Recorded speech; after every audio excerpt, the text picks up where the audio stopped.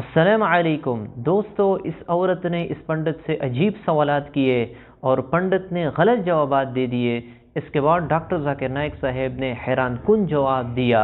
اور ہاں، ویڈیو کو لائک کرنا اور چینل کو سبسکرائب کرنا نہ بھولیے۔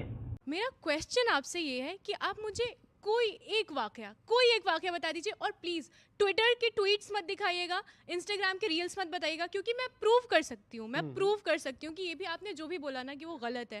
قرآن کی 2 3 4 5 10 آیتیں میں ابھی کھڑے بتا سکتی ہوں آپ کو۔ اب میں جواب دے سکتا ہوں؟ بالکل۔ اور میرا ایک اور کویسچن ہے آپ سے، ایک اور کویسچن ہے۔ آپ نے بولا کہ پیلسٹین اور غازہ کے لیے رو سکتے ہیں اور ساورکر صاحب کے لیے نہیں رو سکتے ہیں۔ آپ کو پرابلم اس چیز سے ہے کہ وہ پیلسٹین کے لیے رو رہے ہیں، یا پرابلم آپ کو اس چیز کے لیے وہ ساورکر صاحب کے لیے نہیں رو رہے ہیں؟ بالکل مجھے جواب چاہیے۔ پر ان کو بولیے کہ سننے بھی دے آپ کو۔ جی بالکل آپ بولیے، آپ کو 40 سیکنڈ جواب سب سے پہلے تو جہاں تک انہوں نے پسماندہ کے ڈسکریمنیشن کی بات کی، ایک نہیں انیکوں ادھارن دے سکتا ہوں میں آپ کو بتاتا ہوں، سنیے میری بات۔ قرآن پاک میں تو جاتی کا کانسیپٹ نہیں ہے، پرنتو آج بھارت میں آپ مجھے بتا دیجئے کہ کچھ لوگ اپنے آپ کو سید اور اشرف مانتے ہیں، اور جو گھوسی، جلاہا، حلال خور، دھوبی، جن لوگوں کو مسجدوں میں، اور میں آپ کو ایک نہیں انیکوں بہار سے لے کر تمل ناڈو تک سارے ادھارن دکھا دوں گا۔ سن لیجئے میری بات سن لیجئے بھائی، یہ کیا طریقہ ہے؟ Amish ji this is not the way, Amish ji this is not the way, Amish ji this is not the way, Amish ji this is not the way, Amish ji this is not the way, Amish ji this is not the way, this is not the way, Amish ji نہیں، this is not the وے۔ ارے یار یہ کیا طریقہ ہے امیش جی؟ کھلا جھوٹ بولیں گے اور چیلنج کر رہا ہوں، ایک مسجد میں بتائیں کہ کسی ایک مسلمان کو بھی اس لیے روک دیا گیا ہو کہ اس کی کوئی ذات، ایک مندر میں بتائیے جہاں کسی کو روکا گیا ہو، یہ بولا آپ کے بغل میں کھڑے ہو کر، انہوں نے تو بولنے دیا، انہیں ان کو جواب دینے کا تو ادھار ہے۔ ایک مسجد میں دسیوں سینکڑوں ہزاروں امام میں بتا سکتا ہوں جو کسی ایسی ذات ٹھیک ہے، اوکے شہزاد ہزاروں امام ہو جائے گا۔ اب میں بات رکھ سکتا ہوں اور بنا ہستکشیپ کے میں بات رکھوں گا۔ بالکل میں باقی سب تو چھوڑ دیجئے، گریٹر کشمیر جو کہ کوئی پرو بی جے پی پبلیکیشن نہیں ہے، Kashmir's graveyard discrimination which is supposed to be Muslim majority، وہاں پر open secret that Kashmiri Muslim society is not allowing lower caste, so-called lower caste Muslims to be buried there۔ سر میرا سوال اسی سے سمبندھت ہے، 2 سوال ہے۔ ایک یہ کہ آپ نے کہا کہ جاتی باد کیول ہندو دھرم میں زیادہ مانا جاتا ہے، لیکن قرآن میں یہ کہا جاتا ہے کہ جاتی باد نہیں ہے، لیکن آپ دیکھیں گے اسلام میں تو سید ہے، پٹھان ہے، ان کو کافی اونچا درجہ دیا جاتا ہے، جبکہ جو نمن جاتی کے لوگ ہیں، جو دلت مسلمان ہیں، ان کے ساتھ بھید بھاؤ زیادہ تر کیا جاتا ہے۔ دوسرا کہ ٹرپل طلاق کے بارے میں بتائیے۔ میرا ایسا ماننا ہے کہ اسلام دھرم کو بدنام کرنے کے لیے کچھ ہندو سنگھٹنوں نے ٹرپل طلاق کو بہو پرچارت کیا اور بدنام کر دیا۔ بھارت کے جن میں یہ ماننا ہے کہ مسلمان عورتوں کے ساتھ اچھا ویوہار نہیں کیا جاتا، خاص کر ٹرپل طلاق کو لے کے۔ میں چاہتا ہوں کہ اس پر اسپشٹ کریں۔ پہلا سوال کہ میں کہتا ہوں کہ اسلام میں جات پات نہیں ہے، تو اسلام میں سید ہے، پٹھان ہے، یہ سب کیا ہے؟ اللہ سبحانہ وتعالیٰ فرماتے ہیں سورہ حجرات میں، سورہ نمبر 49 آیت نمبر 13 میں، یا ایھا الناس انا خلقناکم من ذکر و انثی وجعلناکم شعوبا وقبائل لتعارفوا ان اکرمکم عند اللہ اتقاکم ان اللہ علیم خبیر۔ او انسانوں، ہم نے آپ کو ایک جوڑی سے پیدا کیا، سنگل پیر، ایک جوڑی سے مرد اور عورت کی، اور آپ کو قبیلے میں تقسیم کیا تاکہ آپ ایک دوسروں کو پہچان سکے، نہ کہ آپ ایک دوسرے سے نفرت کریں۔ آپ کو قبائل میں تقسیم کیا تو کہ آپ ایک دوسرے کو پہچان سکے، نہ کہ آپ ایک دوسرے سے جھگڑے یا اختلاف پیدا کریں۔ اور سب سے اچھا انسان وہ ہے جس کے پاس تقویٰ ہے۔ قرآن شریف میں اللہ سبحانہ فرماتے ہیں کہ انسان کو پرکھا جاتا ہے نہ کہ ان کی جائیداد پہ، نہ دولت پہ، نہ رنگ کے اوپر کہ کالا یا سفید، نہ امیر یا غریب، لیکن تقوی پہ۔ اللہ سبحانہ تعالیٰ سے کتنی محبت ہے، کتنا خوف ہے، اور تقوی ایک چیز ہے جو انسان کو اوپر لے کے جاتا ہے دوسرے انسان سے۔ تو جات پات اسلام میں بالکل نہیں ہے، اور محمد صلی اللہ علیہ وسلم نے آخری حجۃ الوداع میں کہا کہ نہ کوئی عرب غیر عرب سے بہتر ہے، نہ کوئی غیر عرب سے بہتر ہے، نہ ہی کوئی سفید انسان کالے سے بہتر ہے، نہ کوئی کالا انسان سفید سے بہتر ہے، صرف